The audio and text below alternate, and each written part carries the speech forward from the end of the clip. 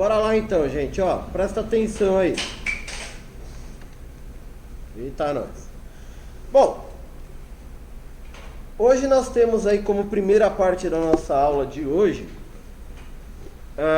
vou passar algumas coisinhas para vocês, que na aula anterior foram comentadas, né? Na aula anterior a gente viu, foi uma aula um pouco mais histórica, né?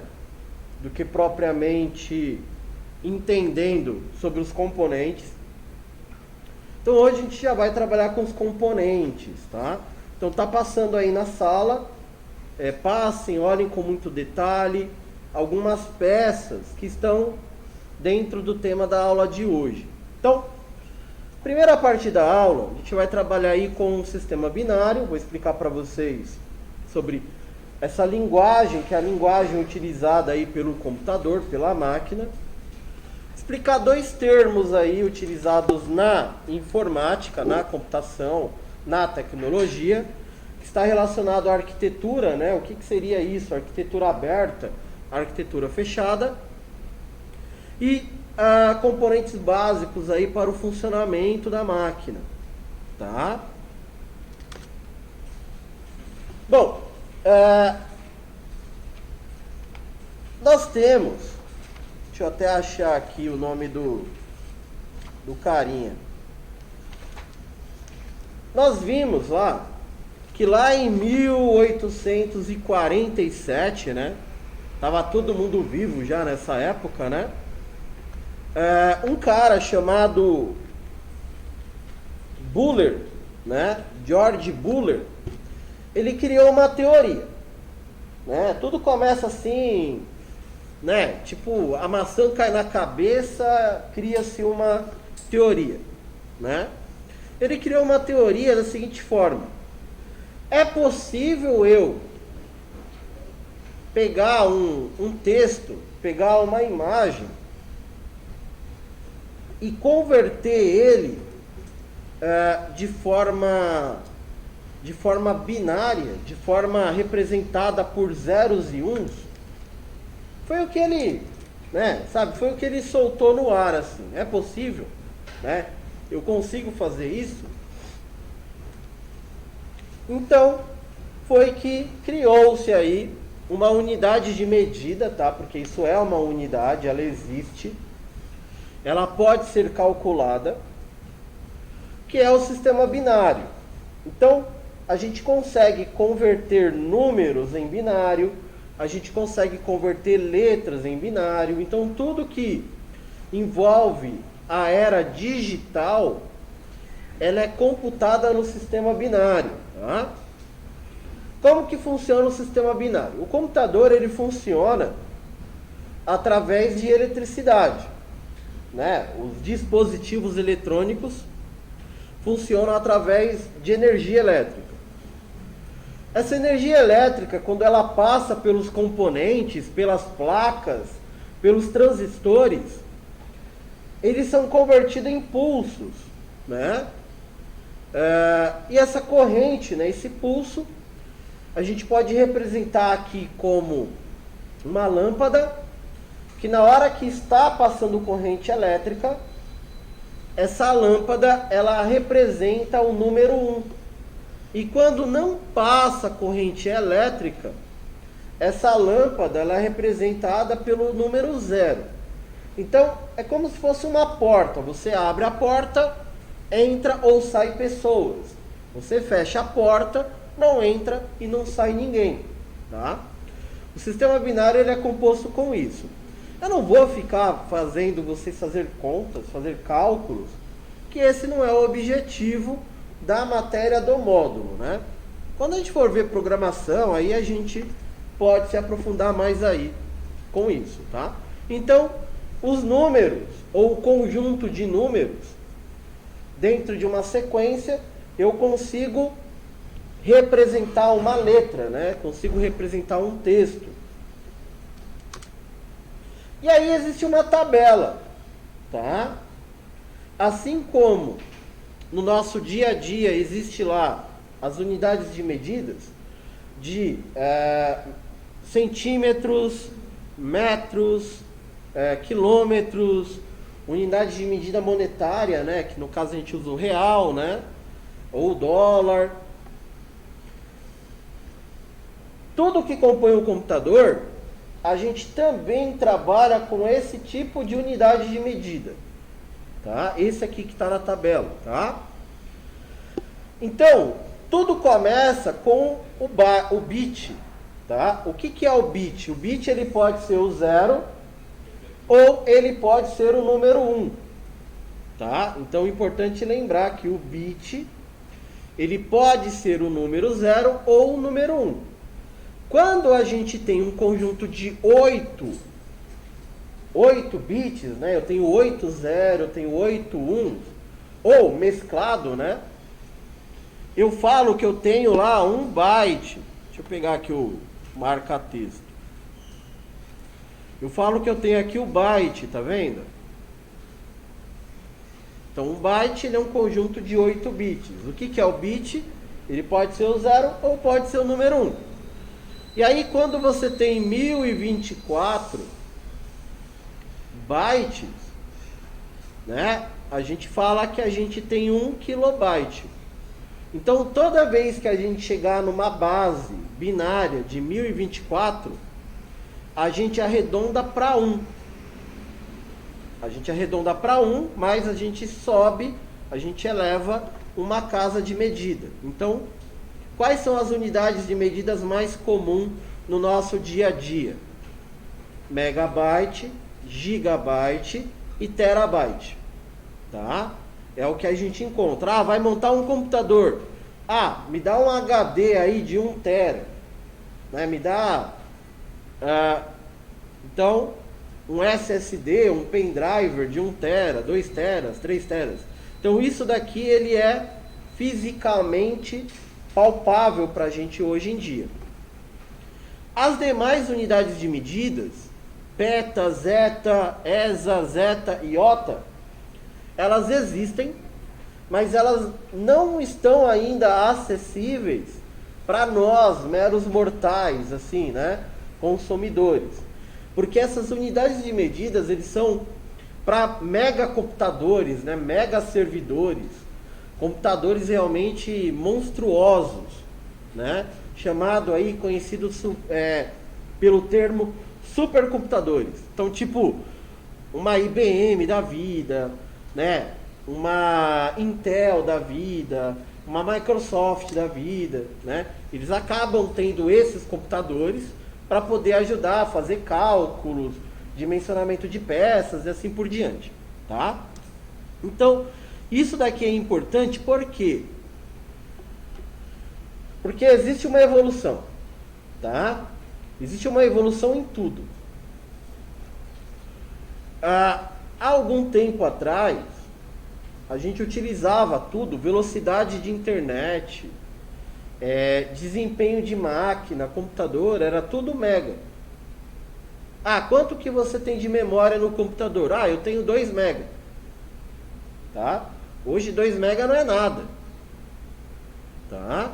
Então isso faz parte do processo evolutivo da tecnologia. Tudo bem? E isso daqui é importante saber porque você vai saber, vai ter ciência,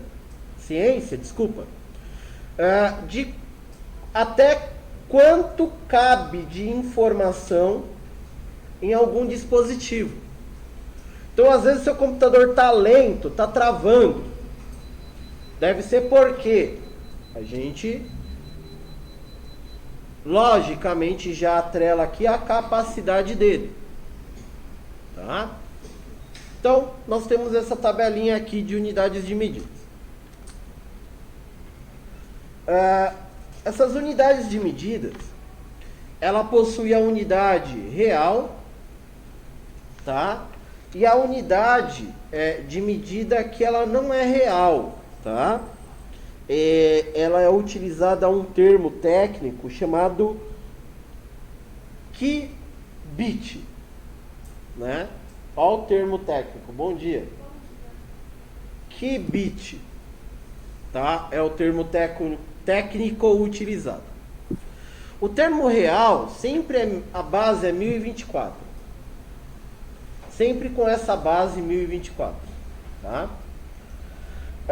O termo que não é real, ele é um termo utilizado pelas empresas, pelas indústrias, tá?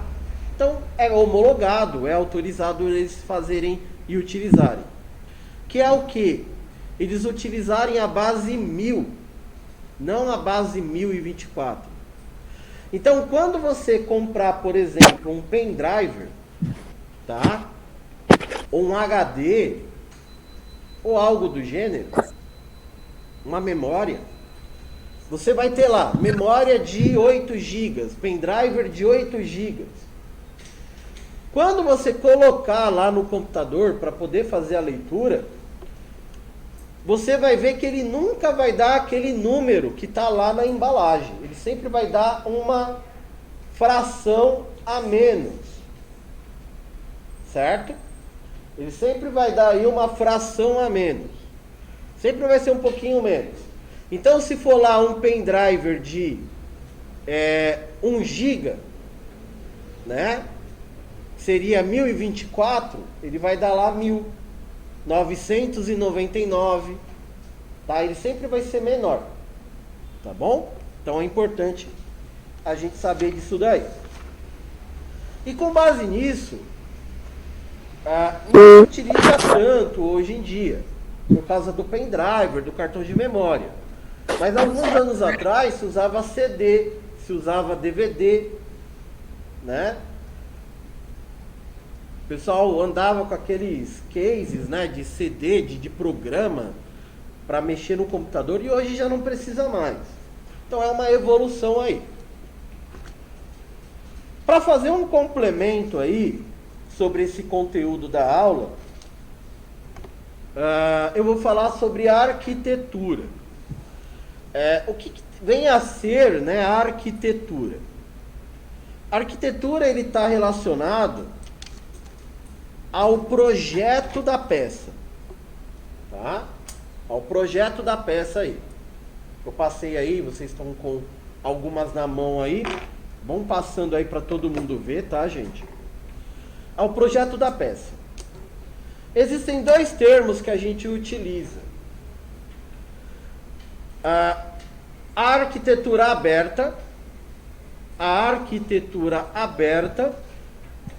tá? E a arquitetura fechada. O que vem ser a arquitetura aberta? Ele funciona da seguinte forma: você tem uma empresa lá, empresa A, B, C, D, enfim, e ela fabrica peças, ela fabrica componentes. Essas peças que ela fabrica, esses componentes que eles fabricam, podem ser utilizados em qualquer dispositivo, né? Então, um exemplo, você tem um celular Samsung, né? Você pode comprar peças da Motorola, um exemplo, tá? Vocês podem comprar peças da LG e fazer a substituição. No computador de arquitetura aberta, você tem diversos fabricantes de peças, tá?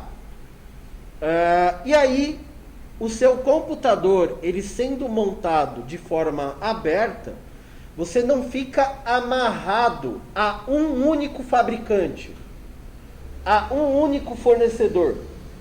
Você pode escolher o melhor preço e a melhor qualidade, tá? Isso daí é a vantagem do livre mercado. A IBM, não sei, lembra lá que eu passei os filmes para vocês assistirem? Não sei se vocês assistiram, mas assistam aí. A IBM, ela era e é uma fabricante mundial de computadores, de peças, né? Não só para computador, mas para diversos itens aí eletrônicos. E ela é uma empresa de arquitetura aberta. Ela produz a peça para qualquer tipo de modelo ou empresa existente. Então é normal você às vezes ter um celular de uma marca e as peças que lá estão são de diversos fabricantes, não exatamente da marca que você comprou, tá? E a arquitetura fechada? A arquitetura fechada, gente, ela está relacionada aí a... Eu costumo falar que é o clube do bolinha, né? Só pode ser daquela empresa, só pode ser daquele fabricante, tá? Por exemplo, a Apple, né? O iPhone, o iPad, o iMac, né? Que são produtos da mundialmente conhecida Apple, né? Steve Jobs, enfim. Por exemplo, queimou a memória do seu computador. Não adianta você ali na lojinha do Zezinho, me dá uma memória aí. Você vai ter que ir lá na loja da Apple, levar a sua memória, eles vão pegar o mesmo modelo e vão te vender. Tá? Tanto é que quem tem iPhone, o iPhone ele tem algumas limitações. Ele tem Bluetooth? Tem. Mas você só consegue transferir dados, por exemplo, de iPhone para iPhone. Se você colocar lá um Samsung para o iPhone, você já não consegue transferir dados. Tá? Então a arquitetura fechada, ela tem algumas desvantagens, mas isso é porque, qual que é a mentalidade dele? Segurança. Né? Então, logicamente que você se paga por isso, né? E aí você só consegue baixar programas da Apple Store, você não consegue baixar através de outros itens. No computador não é muito diferente, tá? Opa, cuidado, deixa cair o iPhone aí. E aí a gente tem algumas peças, alguns componentes que fazem parte do computador para que o computador, o equipamento, ele possa funcionar, tá? Um deles é o cérebro do computador, o cérebro do dispositivo, que é o processador, tá? Aí a gente tem aqui as memórias para armazenamento de informação. Nós temos aí o HD, o disco rígido, né, que também é para armazenamento e gravação de informação. E aí a gente tem os dispositivos, monitor, teclado, mouse, impressora, caixinha de som, que eles são considerados e classificados como periféricos, tá? O que é um periférico? Ele é um acessório que vai nos ajudar a fazer com que o computador possa ser utilizável, tá? E é importante ressaltar, o computador, para ele funcionar, ele precisa basicamente do monitor, do teclado e do gabinete. O mouse, ele não é uma ferramenta essencial para que o computador funcione ou para que o computador ligue. Tá? Existem computadores que você não tiver o mouse, ele vai ligar normal. Mas se você não tiver um teclado conectado, o computador nem liga. Por quê? Porque vai ter lá uma aula futura que eu vou explicar sobre BIOS, sobre setup, né? O que quer dizer BIOS, né? Não é o bichinho lá do Dragon Ball Z não, tá? É uma sigla chamada em inglês, né? Basic Input Output System. Nota, que palavrão, né? Que nada mais é do que sistema básico de entrada e saída. Qual que é o sistema básico de entrada e saída de dados? Teclado e monitor. Tá? Sem esses dois, a gente não consegue operar o equipamento. Tá? E aí, nós estamos na matéria de manutenção. A gente vai utilizar muito um termo chamado hardware, né? O que vem a ser um hardware? Parte física, né? É tudo aquilo que você pode pegar, apalpar, né? E o software, ele já é os programas, né? O software já é o programa. Programa, o Windows, o pacote Office, um navegador, um antivírus, tá? Um aplicativo que você usa para editar imagens. Isso são softwares, certo? E aí, galera, esse daí é o conteúdo que nós temos aí da aula 4 da apostila, né? Do nosso material, aonde ele foca essa questão das unidades de medidas para você entender o funcionamento dos componentes das peças, tá? Deixa eu parar a gravação aqui.